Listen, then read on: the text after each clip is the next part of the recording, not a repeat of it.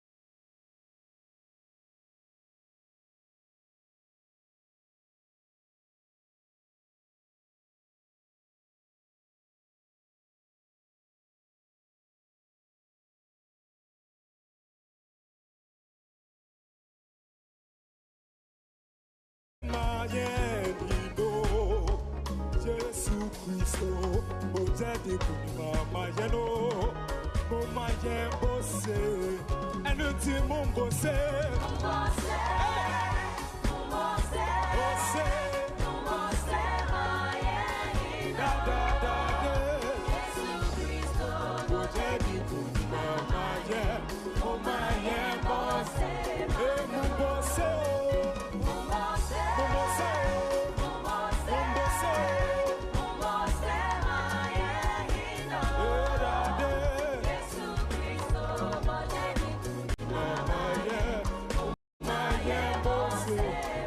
Jesus, oh woman, oh Metia, oh Missy, hallelujah, to her, oh woman, oh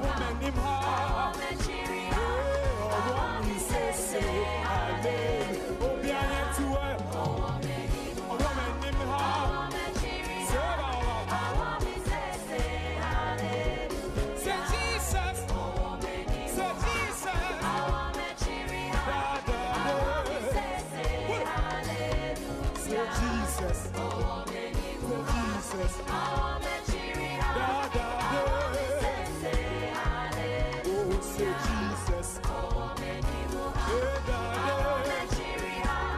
from Compass.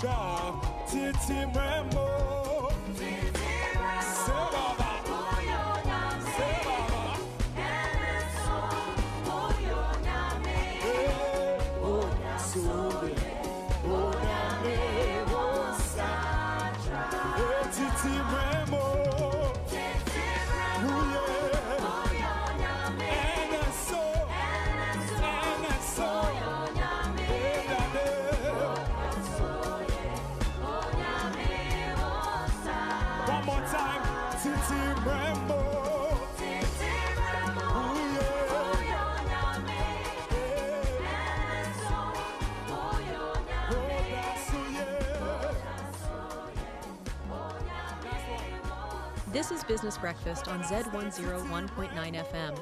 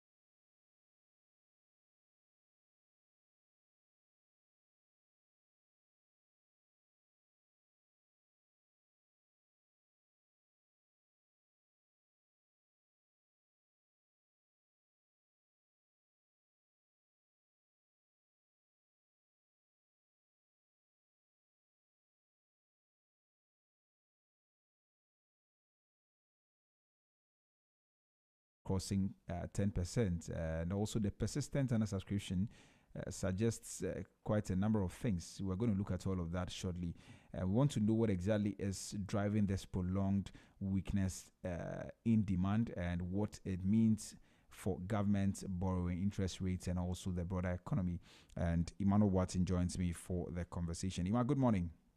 Good morning, Mr. How are you doing, my brother? Yeah, I'm doing very well. How about you? I'm well too, by God's grace. We thank God. Good to hear from you this morning. Oh, I see.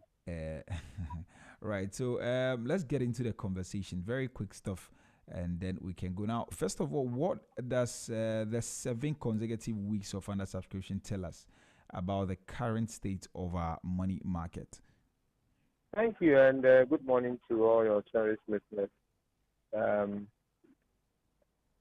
Well, I think that I'm not particularly surprised because, as I've always said, usually my problem is not whether or not it is an under-subscription or an over-subscription, but how consistent the auction results are with respect to our past performances and our past results. So generally, that is what I look out for. I look out for that to be able to tell as to whether or not what we do see is favorable. And if you remember over the period, you note that the actual performances are much alike, very comparable. And this morning, the target of the government as at 30th April was to raise 5 billion. And I think, they fell short. But what they raised, I think, is well over 3 billion, if I'm not mistaken.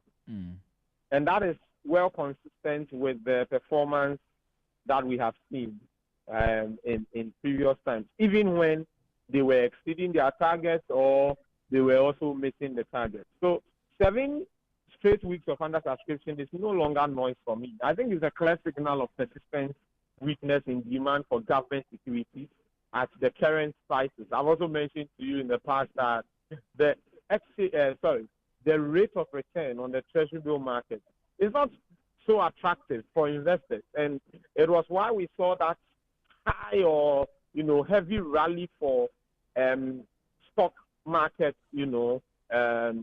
investment. For instance, it was because the T-bill was not giving enough to the investors.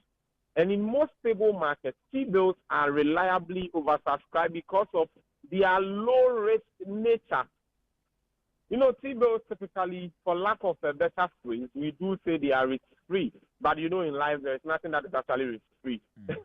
Everything will still carry some level of risk in it. But we know that certainly, if you invest in the T-bill market, chances that you are going to get your money is quite high. Yeah. And a sustained shortfall in the T-bill market is a clear indication that something more structural may be developing. At a minimum, there is a clear disconnect between the government and, of course, what they are offering, and then what investors are willing to accept.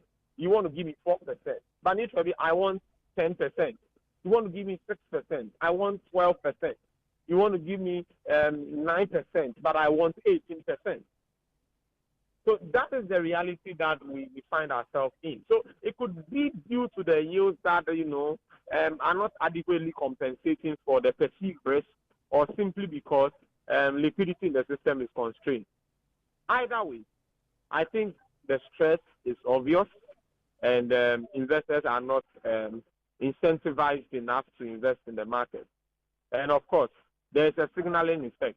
Whenever under subscription persists, it can shape expectations.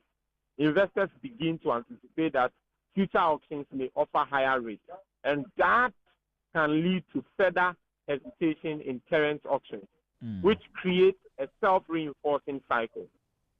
So for me, and I think for many analysts, the conclusion stands that, the market is entering a phase of heightened sensitivity, where both pricing and liquidity conditions are being tested contemporaneously, and we need to look out for that. But will you say that investors are deliberately holding back because they expect even higher interest rates in the upcoming auctions?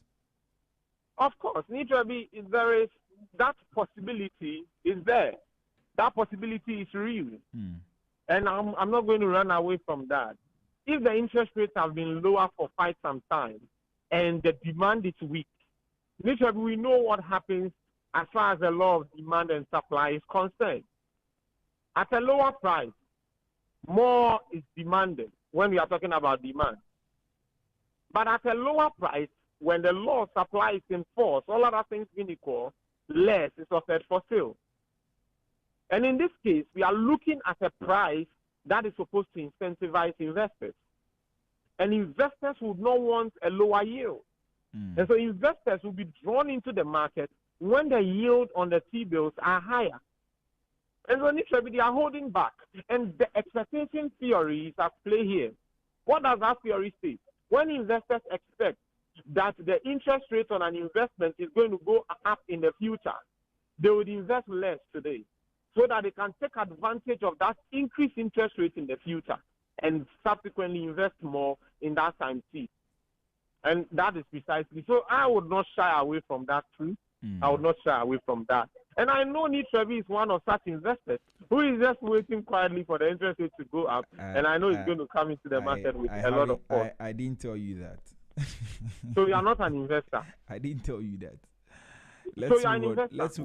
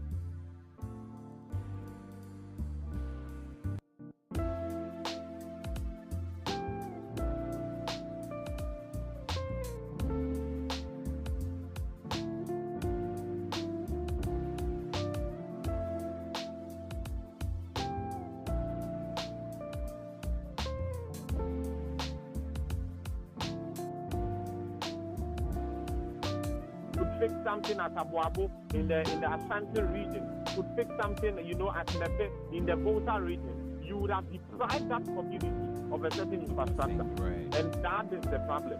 And so if truly and really, this is money that is needed by government to be able to fix a developmental project, and you reject that thing because the investors are requesting for a relatively higher interest rate, then you would realize that in the end, we are causing ourselves more harm than good. Because there is clearly a trade-off. And the trade-off is that an amenity that should be fixed for a certain vulnerable society would not be fixed at the expense of managing borrowing costs.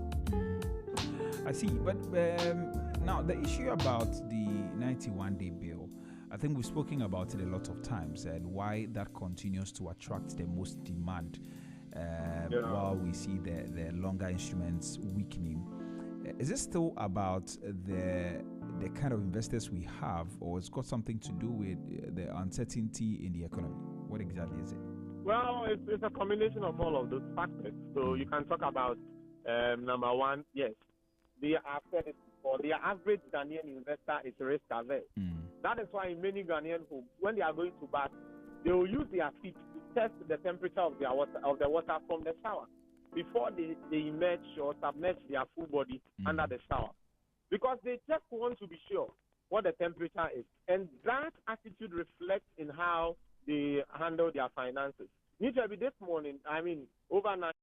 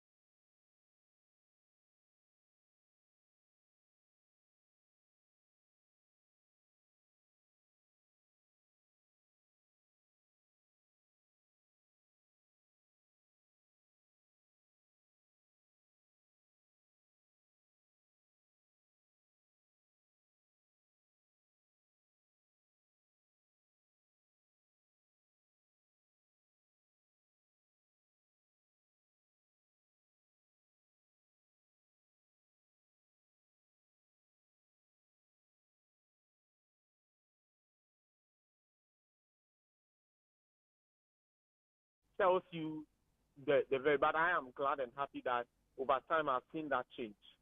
A lot of Ghanaians are accepting the financial system. They are understanding and appreciating the fact that it is one of the ways we can enhance the economic growth potential of this country. And so we cannot run away from that.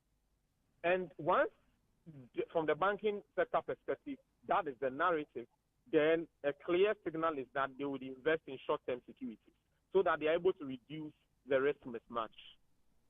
Because if your depositors are coming for their money and you do not have the money, that is a big problem.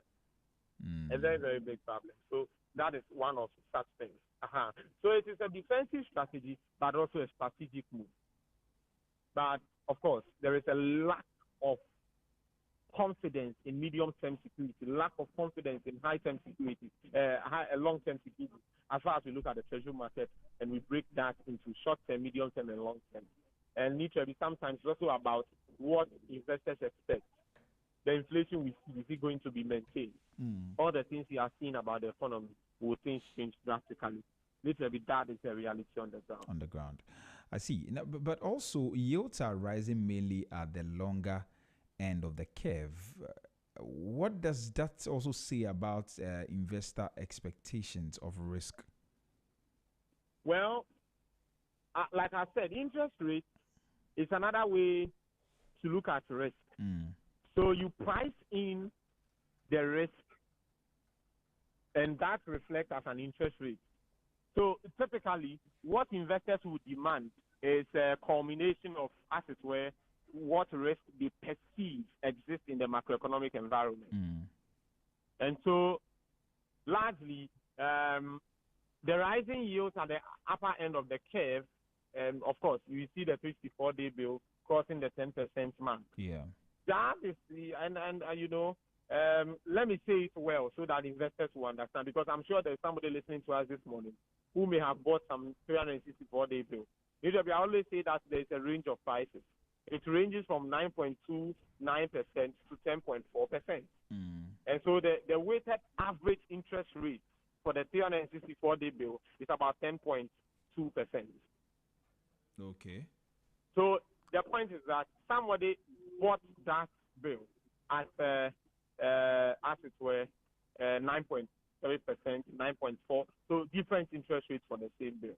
So that is the reality on the ground. But yes, of course, that should tell you that in the long term, the perception of the investors concerning risk is significantly heterogeneous.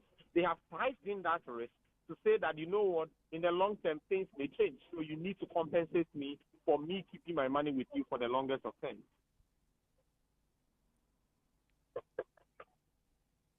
I see. Hello? Hello, Emmanuel? Yeah, Nisha, Yes. I've made my point. Okay.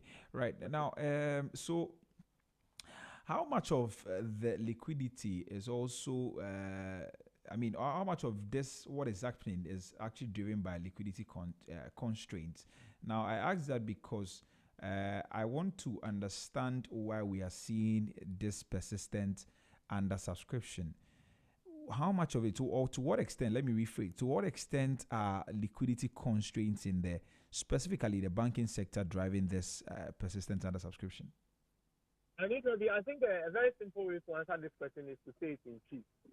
Don't need to car to me ever you can go to bank. If you don't have any money in your pocket, you cannot go to the bank and say, I'm coming to invest, I'm coming to save. Sometimes when you don't have money, I think the best thing that happens to you is you have very good dreams. You have very wild imagination about how if you had 1 million Ghana cedis, you are going to use it. The moment the money gets into your hands, all those dreams go away. Right. So we cannot underestimate the role that liquidity plays as far as investment is concerned. Because you need liquidity to be able to invest. And the bulk of the investors in the T-bill market are retail investors. Institutional investors. Retail investors, you need that. Yeah, but the institutional investors, the pension funds, and what have you, they drive the market. This morning, I'm waiting for it to be 10 a.m. And you see what some of them can do on the Ghana stock market. Yeah. They'll just be changing the prices like that. If they have limited cash available and the ability to participate in auctions declines, the real outlook is that it will lead to undersubscription. Central bank actions can amplify this effect. So, for example, if the Bank of Ghana, for instance, is withdrawing liquidity through open market operations to control inflation, to stabilize the currency, it will reduce the pool of funds available. I remember in FONS 101, we taught some basic things. That the central bank used some tools to mop up the excess liquidity within the financial system, one of which is the open market operation, one of which is the discount rate, among other things, Because if the central bank, for instance, does the OMO, so whenever they sell, then you buy, it means your CD is going to go to them, and you are going to get the OMO. So when they buy, and it is so attractive, you know what they are going to do? They are going to mop up a lot of the money out of the system. And it is a way to, as it were, anchor inflation. See, this is the point. One of the ways in which inflation enters this country is through demand-pull inflation. What that simply means is when there is more money chasing fewer goods, it will drive up prices. It is real. I'm sure if there are a lot of experts or a lot of organizations who need your expert advice, I'm sure your price will go up. Is that not so? Yeah. I don't want to use this example because it's very crazy, but it happens in real life. It really happens in real life. When the gobe seller, I'll use it anyway, has a certain small number of customers. When we go and buy the gobe, we get full at a very comfortable price. Initially, tomorrow morning, if the number of customers shoots by more than 500%, there will be the same quantity of gobe. I'm telling you, this woman is going to do two things. Either she's going to reduce the quantity she sells to us, or she's going to increase the price. Yeah. And that is the reality of places. And so these things work. And these are real issues. It's not superficial. It does happen. And the Bank of Ghana uses some of these tools to be able to mop up excess liquidity in the economy. However, liquidity alone does not explain everything. Even in periods of tight liquidity, strong demand can still emerge if yields are very, very attractive. The fact that demand remains weak suggests that pricing and risk perceptions are also playing a significant role. So liquidity is necessary, but not a sufficient explanation for this momentum. It interacts with broader market dynamics to be able to shape treasury bill market outcomes. I see, but how sustainable is this for government to keep missing targets while relying heavily on short-term borrowing? I'll give you a very blanket answer. It is not sustainable. It is not sustainable. You cannot keep doing this all the time. It shall be one of the things we must understand is that there are lots of research going on into how they can create some investment modes, handles, and the like for investors. Trust me, there's so much happening. And Ghanaians will gradually keep moving away from the terrestrial market. And so you cannot punish them forever. Imagine you have a student in your class that you keep punishing. It will not last forever. A day will come where the tables will turn. When political parties punish Ghanaian citizens for a long time, you know what they do? They wait for 7 December and they go and exercise their fantasy. Not only do they vote against them, they show them where the power truly lies. Yeah. And that is the reality. All right, Ima, because of our time, maybe we'll touch on maybe 2 more things and then we can go. So would you say that... I thought you see one more person. Would you say that this trend could lead to a repricing of interest rates across the economy, including loans and mortgages? Yes, there is a strong likelihood of spillover effect. T-bill yields serve as a benchmark for the broader interest rate environment. When they rise, banks adjust their lending rate, for example, and they adjust that in line with that. I've said before that anytime the monetary policy rate of the central bank, for instance, changes by, say, 1 percentage point, the Ghana reference rate also falls or changes by 0.4 percentage points. Naturally, the reality is that the Ghana reference rate is not only impacted by the monetary policy rate, it is equally impacted by what? The T-bill rate. And that is why when the T-bill rate was coming down, borrowing rate was also coming down. Monetary policy rate was like they move together.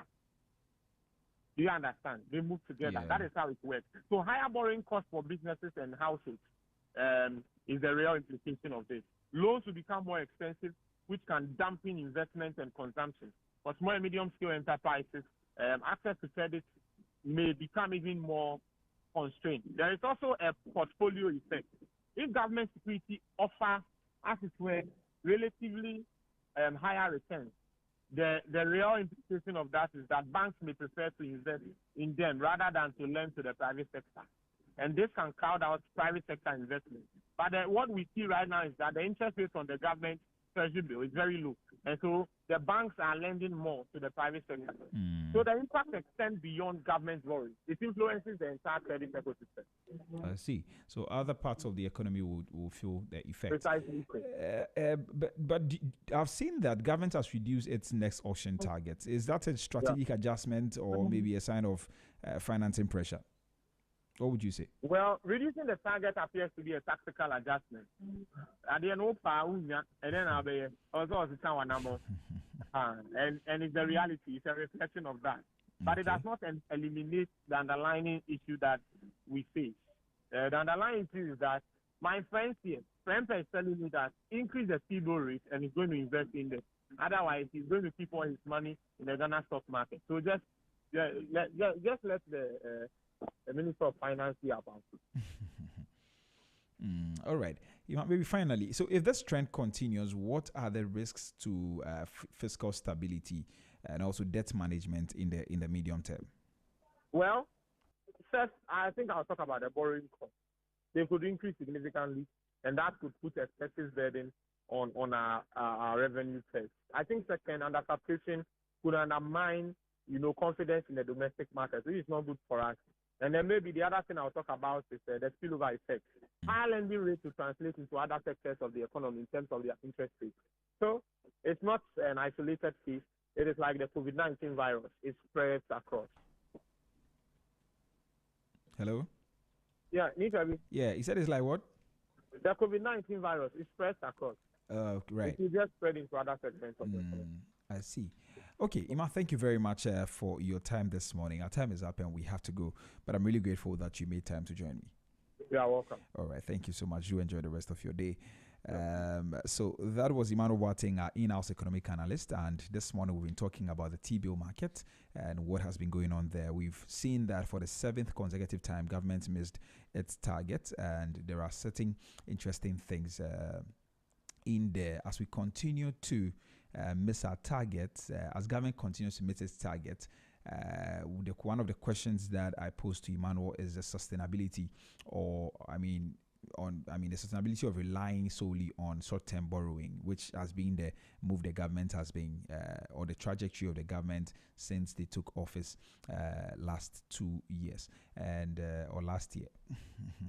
Yeah. But Emmanuel says that it's not very sustainable. This is not something that we can rely on for a very long time if we continue to miss the targets. And so there are certain things that governments must do, maybe increase the interest rates to attract a lot more people, or re-strategize to get more people coming back on the treasury bill markets, because I see a lot of people actually moving to the Ghana Stock Exchange.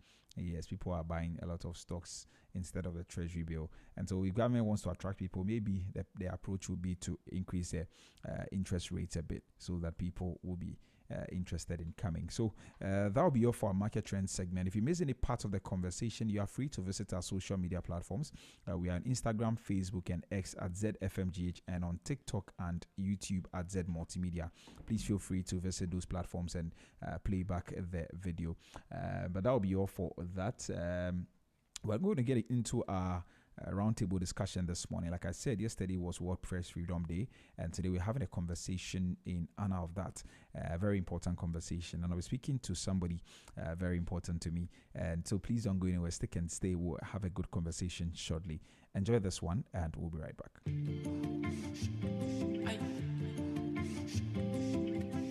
This is Business Breakfast. This is Business Breakfast. This is Business Breakfast. I'm listening to the Business Breakfast on Zed 101.9 FM. Zed 101.9 FM.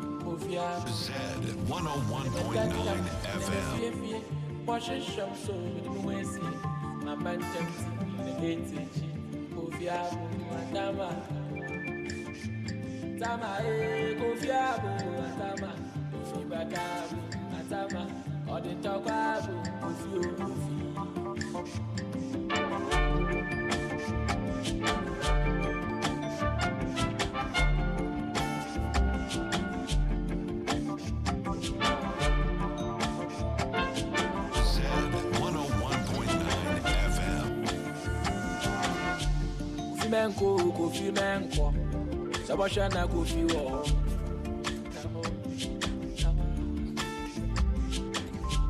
Kofi Menko, Sabasha Kofi War.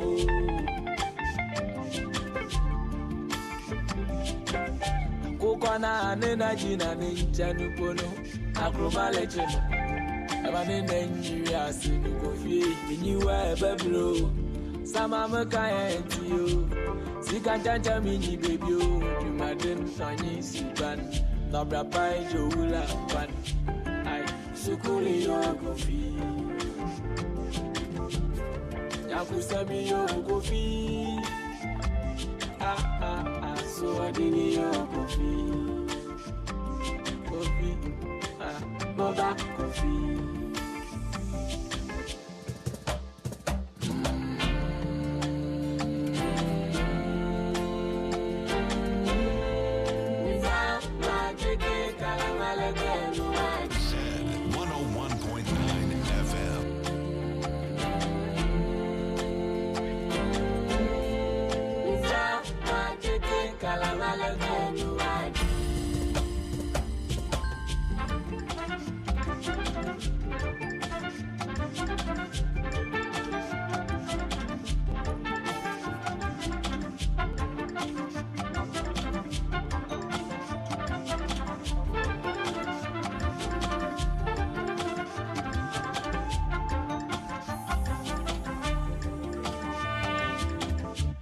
Betty Benny and Media, Betty Kala Kala, Betty Janka Mama dear, they Kuju.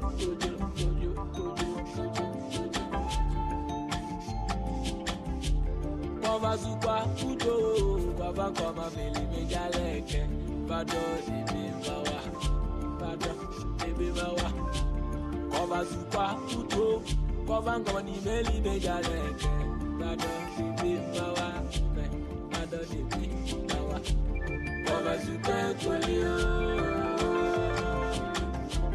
Baba Zupa Kulia.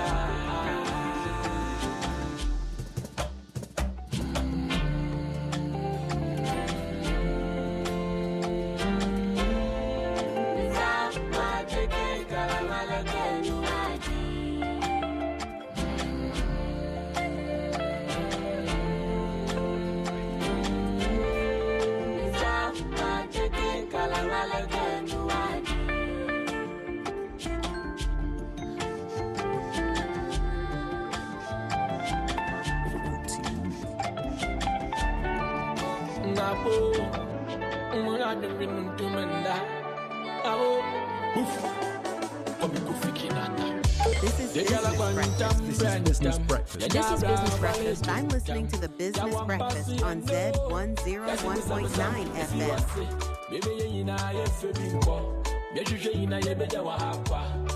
No, what's the essence of life? So you should eat your way up.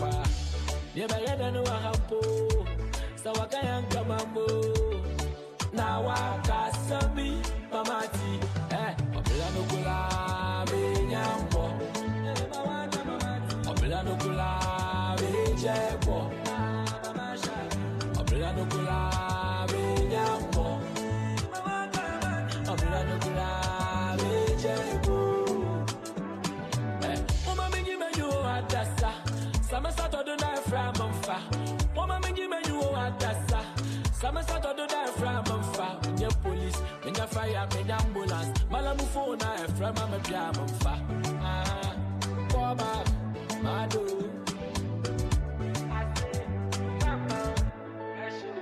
Babla wana na tebia. Abla bom lectures. Dachi baby, dachi baby shek, dachi. Mama munyu ni muona. Yefunitia, aina na baby mpo. Kwa share 10 bedrooms. Na so don't you be do be ninchen. Wadang kulubo, wampa kulubo. This is Business Breakfast. This is Business Breakfast. This is Business Breakfast. I'm listening to the Business Breakfast on Zed 101.9 FM. That one little designer, by this time, Obelanukula, Benyambo. Obelanukula, Bejebo. Obelanukula, Benyambo. Obelanukula, Bejebo. Mama mingi menyu atasa. Sama sato do na from fa. Mama mingi menyu atasa. Sama sato do na from fa. Menya police, menya fire, menya ambulance. Malamu phone na from mama piamo fa. Boba, madu.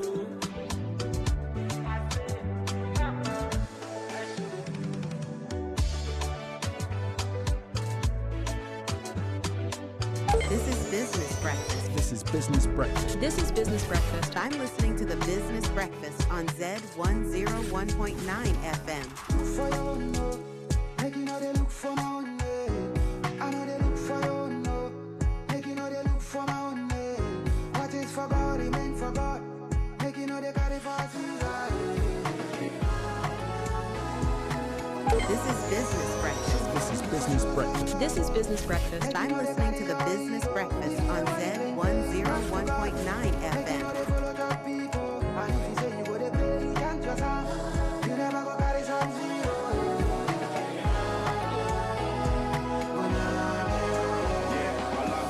Give thanks to God for give a big chance to kiss from, of course. C1 boys just the force. Now me tongue ice water and then me your boss. Bama rush about 3-6 and loss. Faith move mountains, it open doors.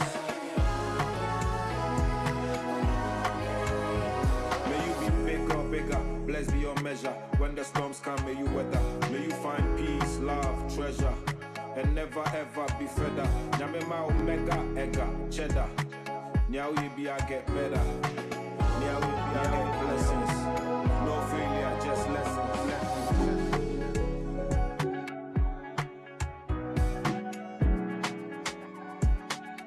This is Business Breakfast. This is Business Breakfast. This is Business Breakfast. I'm listening to the Business Breakfast on Zed 101.9 FM. Good vibes and great energy. Stars align on God's symmetry. Sweet love and my therapy. Things set on the highest key. More life to me and mine. Thank God till we did right. If it was up to them, I won't see the daylight. Steadily singing Hosanna. So far gone from Yahweh. She's upon no go show me nothing. If them bad that we bad that. No comments to my karma. So far gone from Yahweh. Hosanna. Back to the matter.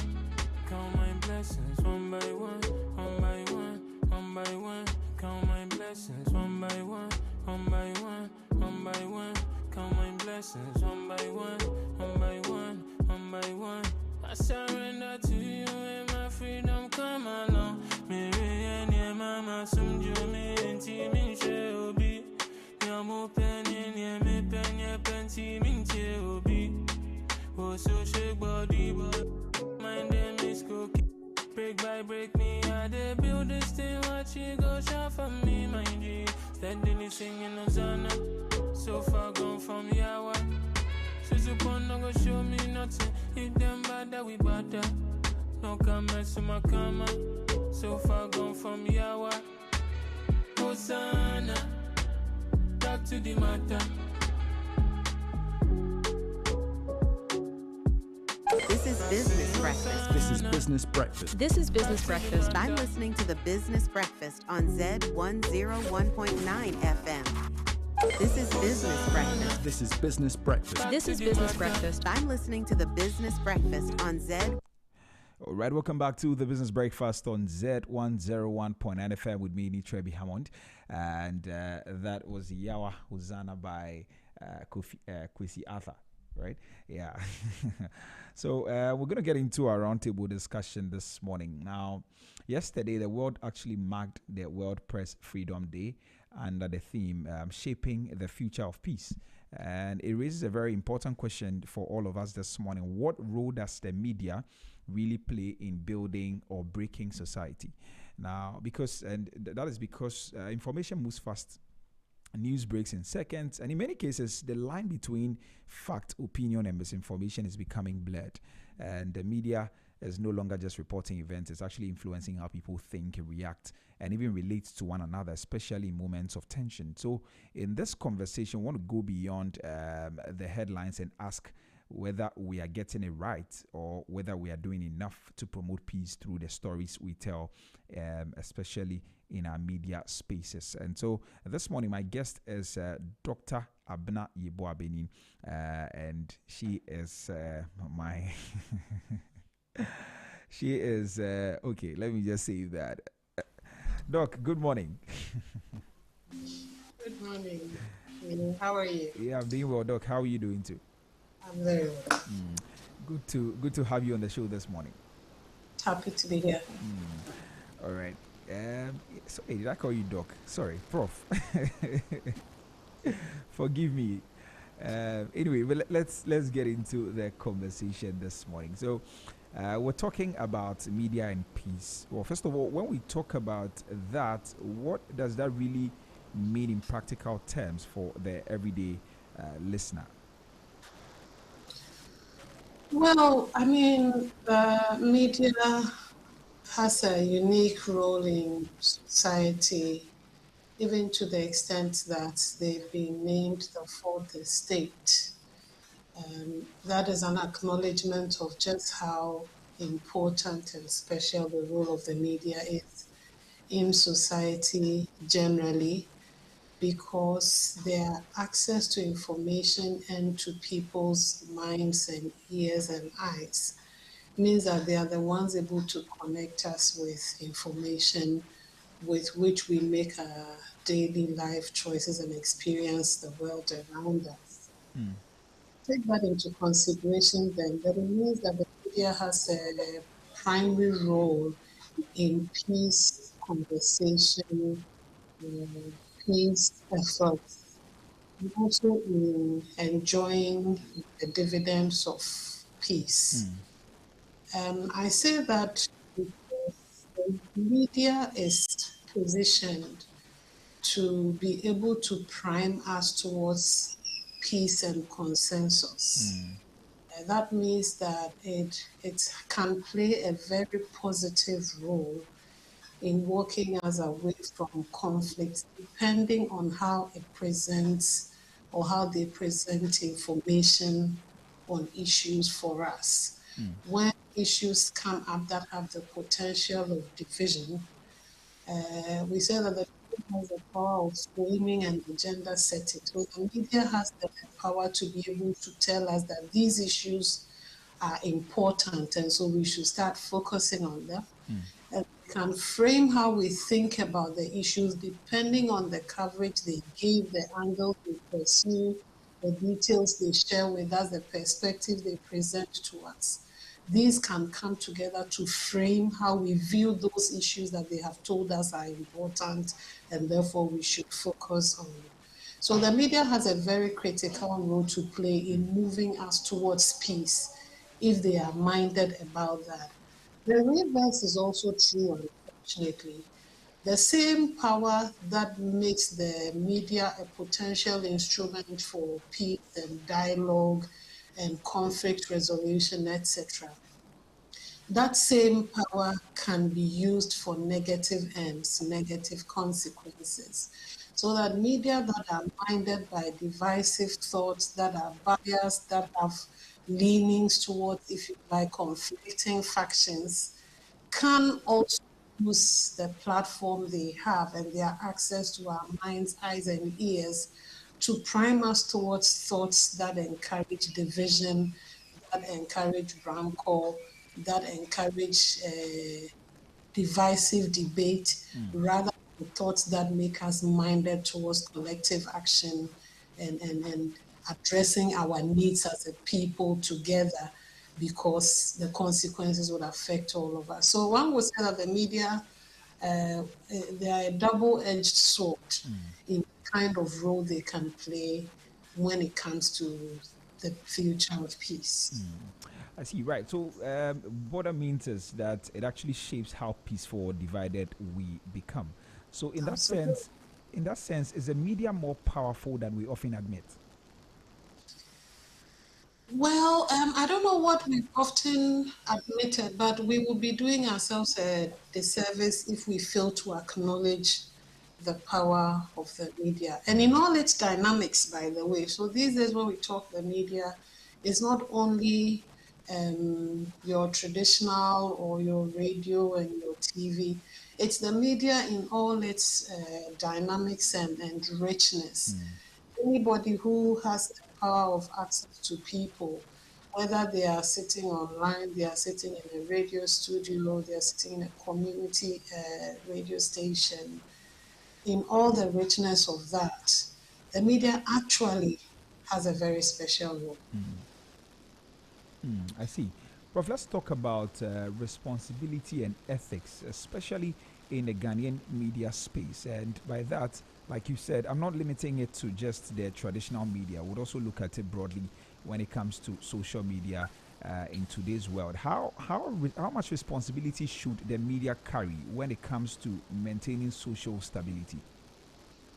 Utmost responsibility. There are no holds to be barred in this equation, because an irresponsible media is as close as we will get into trouble and into conflict and into a divided Ghana or a divided people. A responsible media, on the other hand, is able to cool tempers when they are rising, is able to calm the oppositional voices when they are doing, hey, I said this and you said this. A responsible media is able to stick to the facts and force our attention on the facts rather than the opinions and the biases inherent in them. A responsible media checks itself while putting out information in contact with people. It does verification, it does quality assurance. A responsible media ensures that there is balance in information that is being shared. So this issue that is happening that people are boiling over, we've heard this side. Can we make sure this other side is also heard in the story before it goes out there? So that the people listening, people watching, people consuming, they have the benefit of the different angles and can sift through and take their own position, rather than the media using its allegiances to push agenda on one side and without the benefit of balance, prompting all of us to think in a certain way that may be premised on biases rather than the facts of the matter. So a responsible media is absolutely critical if we are interested in securing peace and the future of it. Do you think that, I mean, should media houses be held accountable when their content contributes to tension, or is that placing too much burden on journalists?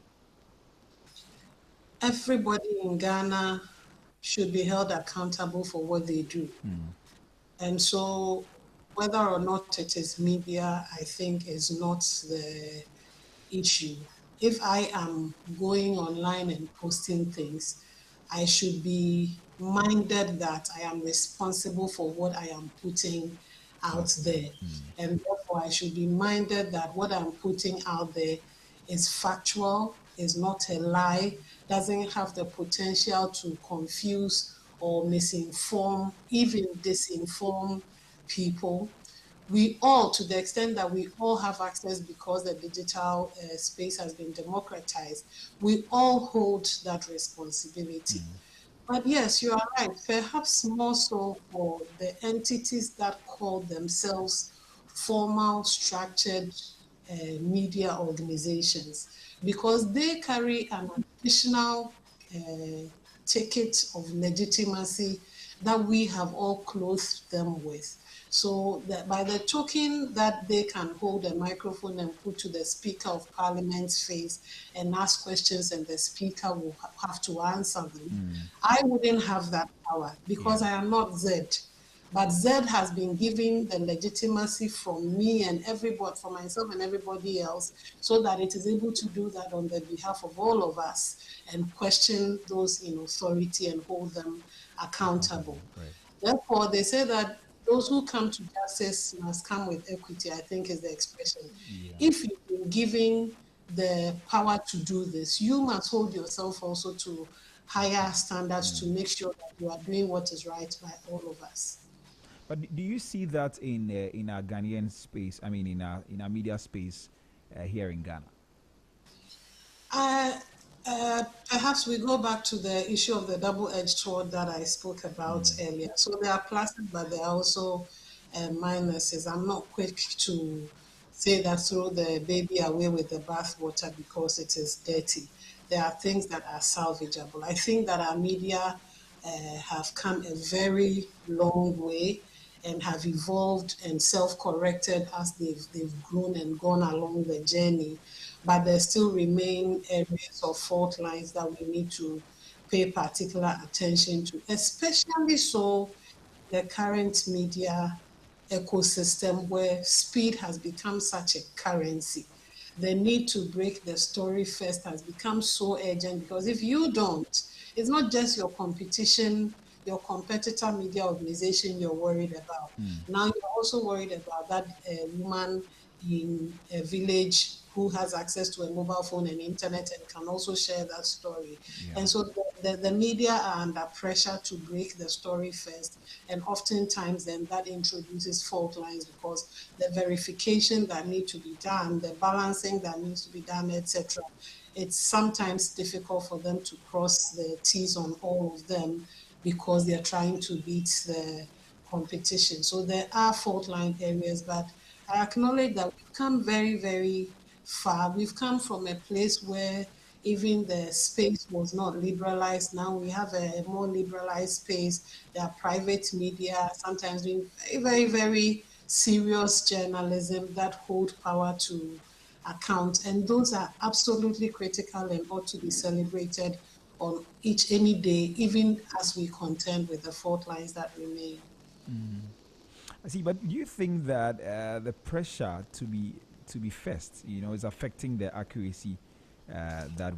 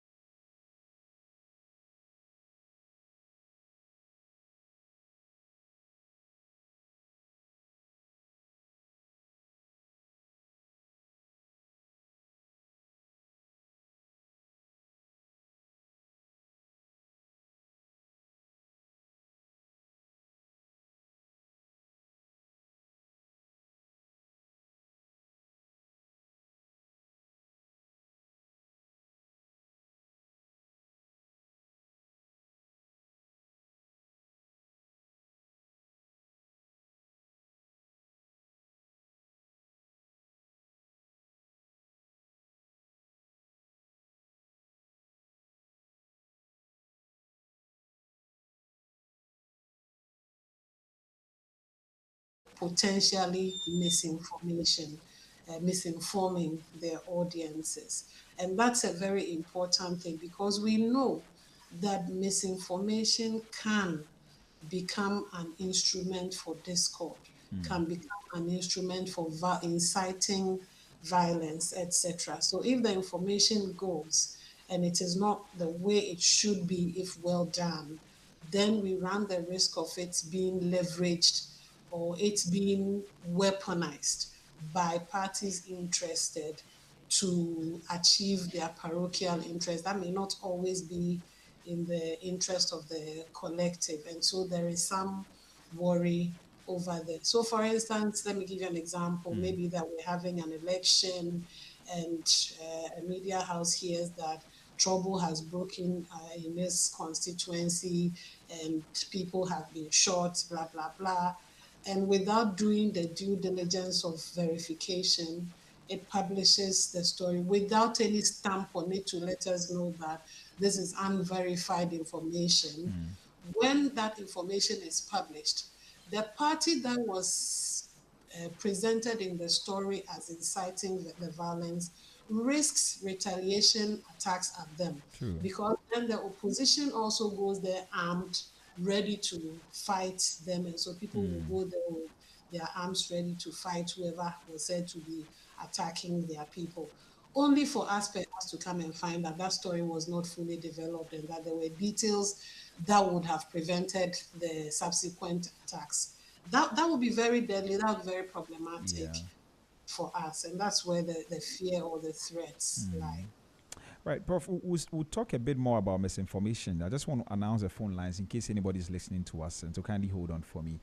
Well, if you just tune in, this is Business Breakfast on Z101.9 FM with me, Trebi Hammond, and this morning we're talking about the role that the media has to play in shaping peace in our country. And my guest is Professor Abena Yibo Abeni. She's a Dean of the School of Information and Communication Studies at the University of Ghana. And she's helping us have this conversation this morning. You are free to join us.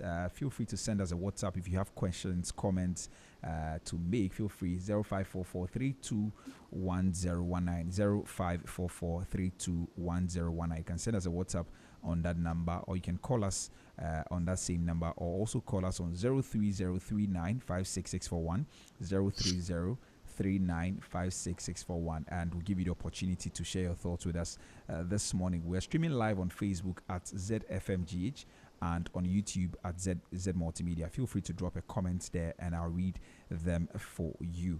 All right, so Prof, let's continue the conversation. So you've talked about misinformation, and I was actually going to come there. Since you've already brought that in, we'll stick there for a few minutes and talk about some of the things around that. Now, one of the things that we see a lot, especially in today's world, is that people just believe and share unverified content so quickly, and I was when I spoke earlier on our business brief segment, I was sharing that I saw a picture on social media this morning of Michael Jackson. A picture of him looking a particular way, and somebody there quickly asked the AI on that particular social media platform whether that picture was real or was authentic, and then the AI said it wasn't, but it's another AI that has been used to develop that. And so that was verification going on in there. But we don't quite see a lot of people do some of these things. And I want to know, why do you think people just believe and share unverified content so quickly without double checking or fact checking? I think it's a function of the ecosystem we are in. Content that have certain features travel, and when they land on your desk, the reason they're probably landing on your screen is because they started traveling already. And you know that there's a tendency for people to want to be seen, to be in there, to be clued in, so that when the information lands on my screen, I want to share it because my people need to know that me too, I am there, some, as we used to say in secondary school, to show that you are clued in, you are part of the convo that is going on, you are in the ecosystem, So there is a bit of that tendency. There's also just the fact that the technological era we are in, and the fact that we keep scrolling and we exist on the screens, and the platforms have put in quite some good work to get us held on, if you like, almost addicted to these technologies and platforms. So when information comes to people, for want of a better expression, we are sometimes in a zombie state. I use it very advisedly. I'm just saying we are in a certain state where we are not very alert to the things going on, and we are not being critical in our consumption. So the things are coming to you and you are trigger happy and you are moving them on. Sometimes even the reason we're moving them on is not because we're excited about them or we think they are interesting or very good for public consumption. It's because we are very, very, very angry, or the thing is very, very unconscionable, and we want the world to know just so for instance, imagine when people go around shooting, have a camera or body cam, and they are filming and streaming it live. I wonder why on the face of this earth would this go viral? But it goes viral because people go on there and they are just shocked, and they are sharing it so that people will notice how awful this is, except that in doing that, you are giving the information of content legs. But we are in this space where even the alertness to question yourself and think, by sharing this, I want to do it to let people know just how courageous it is. Am I not also enabling it? That consciousness may not always be up on our minds. Yeah. So I think it comes back to the issue of our media literacy. Just how aware, how knowledgeable, how well do we understand the media ecosystem we are in and the roles we play as creators and as consumers, as contributors of what is going on in that space. Because if you don't pinch yourself, it is very easy to become the one misinforming the world because you gave it, you may not have appreciated it, but you gave it the to move when you click to share without thinking about the consequences of that sharing behavior. So in the last two cycles of general elections, 2020 and 2024, the Department of Communication Studies at the University of Ghana, we've run media literacy campaigns around the elections to let people understand how during the elections misinformation will be rife and some tips for them to become a bit more media literate and a bit more tempered in their consumption and sharing habits in the media space. Because otherwise, we are all in this automatic mode sometimes that makes us do things without even questioning the implications of what we're doing. And the end result is that we are all contributors to this very big basket of misinformation, and we want to point at other people and say it is influencers who are misinforming, it is bloggers who are misinforming, forgetting our role in enabling it by clicking to share, by clicking to like it. Because when you are liking it, when you are staying on the material for long enough, the algorithm picks up the signal that, okay, this is something people find engaging, let me push it Show to more people. Our own behaviors become the enablers of the misinformation. And it will take a lot more media literacy efforts to get people to become a bit more alert to the realities of the ecosystem they are in and how to protect themselves and also protect others from the spread of misinformation. Right, Prof, pointing to media literacy as the solution, whose responsibility is that, and how can we do it? I've seen some people point to including that as part of our education curriculum, right, from junior high school and all of that. What do you have to say to that? Oh, the day we get to that point where it is part of basic school, secondary school curriculum, that'd be a very good day for all of us, because this is one of the things that we need to catch people young on so that it becomes a part of them, rather than letting people enter digital spaces and have these things unleashed on them without them knowing how to manage it. So when you ask whose responsibility it is all of us, including the person listening and watching us right now. The person who doesn't know? If you heard the explanations I gave earlier, individuals bear a responsibility too. Communities bear a responsibility. Community leaders, academia, civil society, we all have responsibilities. And there's a lot of work being done, by the way. It's just that the volume and how hydra-headed the issue is, it makes the many efforts become drops in the ocean without any substantial funding behind it to make it coordinated. So here at the University of Ghana, we are doing things. We've created even a media literacy club. We've introduced media and information literacy as a course, a required course for humanities and education students. Wow. We've introduced media literacy into our curriculum at the master's level. We've done these campaigns during elections. I'm speaking about had engagement with influencers and bloggers to train them. There are a lot of things, even from the University of Ghana front. If you move out of the University of Ghana, I know that a lot of entities are also involved in building a more media literate ecosystem. But they've become drops in the ocean just because of how widespread the problem is. And therefore, perhaps the approach is to not leave it to the usual culprits, to not leave it to, oh, academia should deal with this or the media should deal with it, but for everybody to take a seat in the driving role.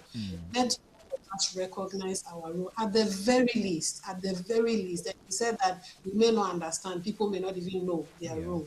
At the very least, pause before you share. It is a way of contributing. Before you share, pause and think about it. Before you click to like, pause and think about it. If you're engaging them and it is just not worth your while, and it is just there because perhaps it's just for entertainment purposes and you want more than that, don't stay on it too long.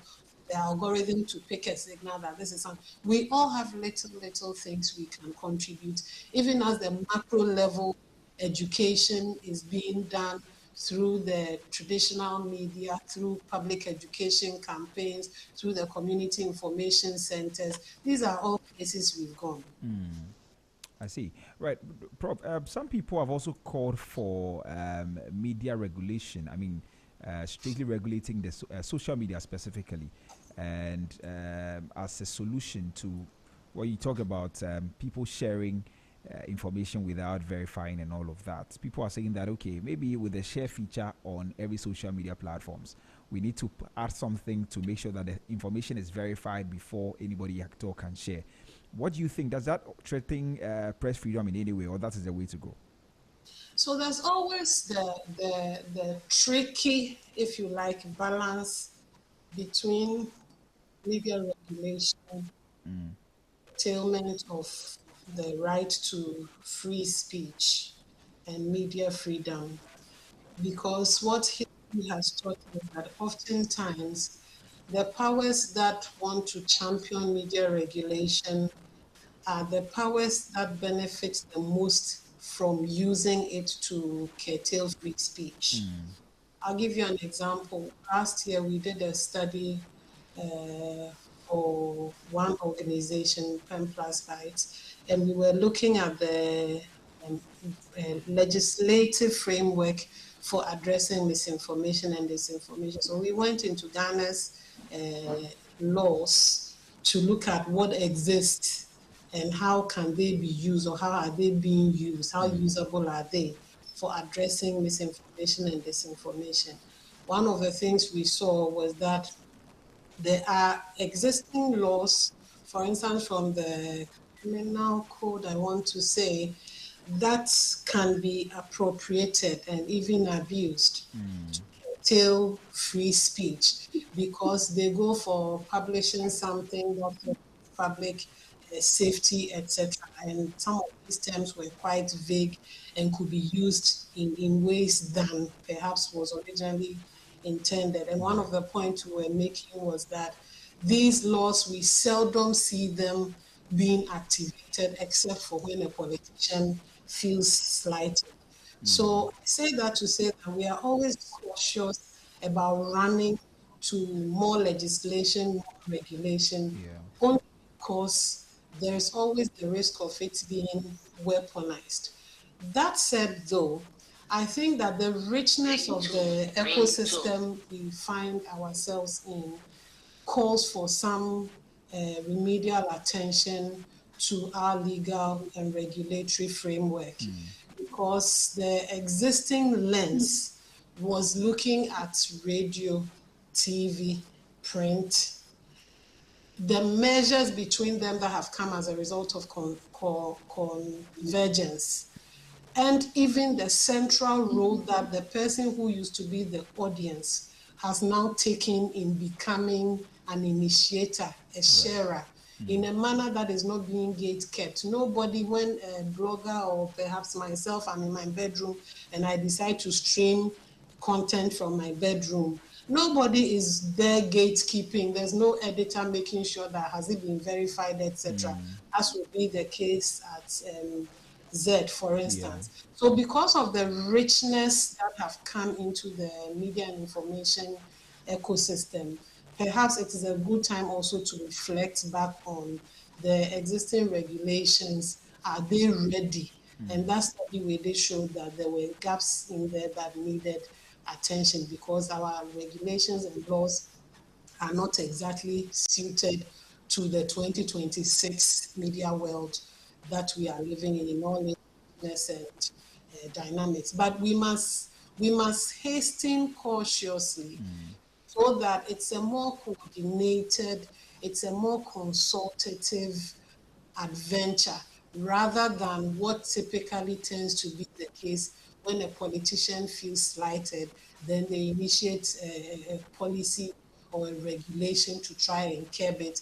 Often the result is the policies that are introduced tend to be very, very narrow-minded in orientation and in scope because just how rich issues are, because they are not consultative and constitutive, there are missing dynamics that otherwise would have enriched and made sure that these policies and regulations serve our interest in a more meaningful and better way. Right. Thank you very much, Prof. Now, just before we move on to other things, and we're going to come to elections, media and elections, and also crisis moments shortly. We have some time to go. But there's a particular trend that I have seen. Now, these days, news organizations or media houses actually put out what we call the news card. A small design, graphic design, saying that this person has said this, and we're beginning to see a lot of them, and people are using that to actually champion a lot of misinformation. Quite recently, we saw one. Well, I don't want to mention the name, but there's a particular one that was associated to a particular political party here in Ghana, push out information. Somebody, the other media, other political party also cloned it, created a design like that just to also counter. And we are seeing these things come up. How worrying is it? What can we really do about it? Well, they're all part of a venture to get people to engage more. So the times we are in, because of the scrolling culture on our screens, people don't have a lot of patience for your long text when you've written a news story. And so these news cards are to bring, if you like, a summarized version of the details to the audience that you just eyeball, and the key details in any story that perhaps would have taken you 5 minutes to read have been presented to you. And you are right. Sometimes they can be used for, want of a better expression, for nefarious purposes because people just latch on a small detail in there, which detail may have been better contextualized in a fuller story. But because it's just the news card, the rich details are not going to be accommodated on that card. And the person may not also go and read the full story. So they latch on to one line in there and say, hey, we told you this was going to happen, and it has happened. And the story starts carrying traction because it's the kind of thing that people would congregate around. So there is opportunity, there is a risk of being weaponized to misinform people if people, political elements, etc., are minded to use it to their biased advantage. It's one of the reasons that in media and information literacy work, we try to let people understand the need not to create bubbles around themselves that stop them from consuming contrasting information. If you are an NBC person, surround yourself with only NBC channels, NBC online communities, where they are only going to be singing the praises and adoration of everything NBC is doing. Connect also to things NPP, because they will help you get the balanced view. Questions you raise to the issues that are being praised by your NBC compatriots may be your lens to a more critical consumption approach than just surrounding yourself with things coming from only like-minded sources. Because in that case, not only are you exposing yourself to misinformation, but you are sinking deeper and deeper and deeper into that hole without any opportunity to counterbalance the things that are being fed to you.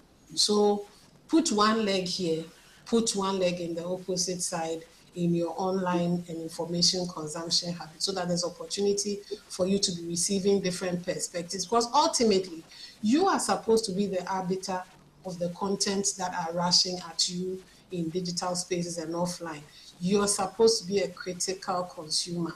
And therefore, you should expose yourself to information from different perspectives and then use it and decide that given everything I have heard, this is the side I trust or that's the side I believe and will go with. All right. Okay, Prof. Let's touch on media during elections. Now, you spoke about 2020, 2024 elections. Now, during elections, what do you think the media should do intentionally? I mean, or should the media intentionally should do differently, basically, from what we've seen in previous elections? Especially because we are in 2026, the media, so defined, should be minded about the ecosystem they exist in and the fact that what wins people's eyes and ears and minds is changing or has even changed. And so they need to be minded, therefore, about how they package information. So earlier I said that even the newscast thing you're talking about is part of the evolution that has led the media to be doing that. So the media ought to be a bit more minded to, if you like, reformatting the ways in which they tell stories so that the audiences that are chasing the non-gate kept channels will be minded to come and chase your content also, because there's very little to be gained from doing all the hard work and still not getting people to engage. So we need to be able to tell our stories in a manner that somebody said last week at the Media Convergence Conference that we need to go and learn from how the content creators and who are telling stories that cause people to follow them and use that approach also, because you need to be able to package that truth you have, that verified information you have in a manner that will cause people to stop in their tracks. But more so in election times, the media need to be a bit more alert to the what is at stake, right?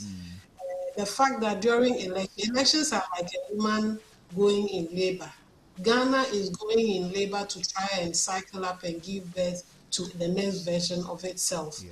And at the point of labor, we know that it can go north or south. In other words, there are inherent risks to life at that point. And when we are in election, we are at that point where things can really go south. Look, the countries that descend into killing and war, etc., as a result of elections, they are not different from Ghana. It's human beings that are in those countries.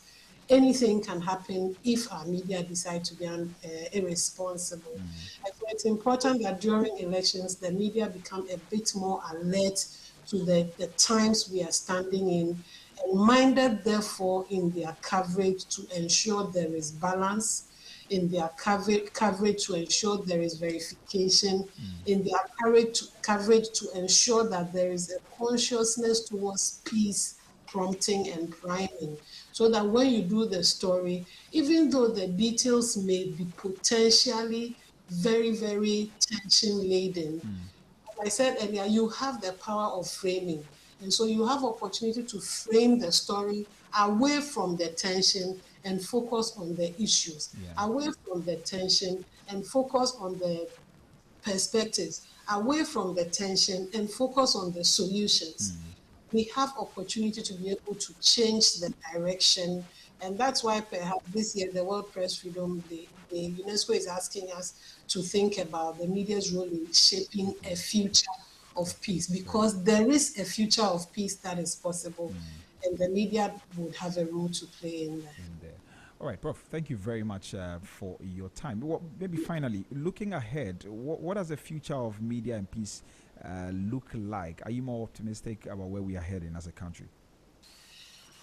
Last week, we had a media convergence conference, and there was a lot of learning that took place. One of the key ones being that convergence has brought change, whether we are happy to acknowledge it or not.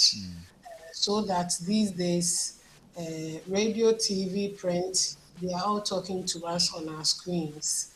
The person who used to be the consumer has now become the initiator of communication and content.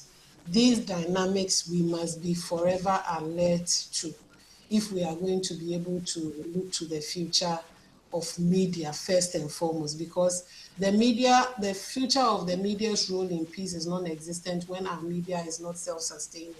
So first and foremost, we must assure that we will be here 20 years from now telling stories and framing opinions and setting agenda. Once we secure that, the future of peace in this country, I think that one of the things that I am proudest of as a Ghanaian, what seems to be, and I don't know whether it's a natural inclination or whatever, but we seem to be more a peace-loving people than not. And that works in our favor very much. And I think that that would continue to inure to our benefit, and the media must plug into that and ensure that we are a people of peace, and so in their coverage, peace remains a priority rather than an addendum. It has to be at the forefront as we go forward. Right. Thank you very much, Prof. Really grateful that you made time, and thanks for sharing your insights with us this morning. Thank you. Right, please do enjoy the rest of your day. So there was Professor Abena Yeboah Benin. She is the Dean of the School of Information and Communication Studies at the University of Ghana. She's my professor and my own lecturer. She taught me several courses at the university.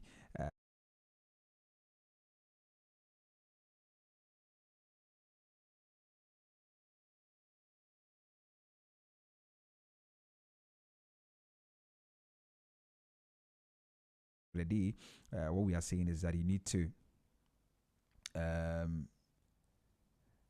the end of the day, we'll need to look at, paying attention a lot more as media people to the information we put out there, and also we as consumers, on the other hand, we need to also pause and verify before we push certain information. Once you receive it, make sure you verify before you share with anybody, so that you don't contribute to misinformation.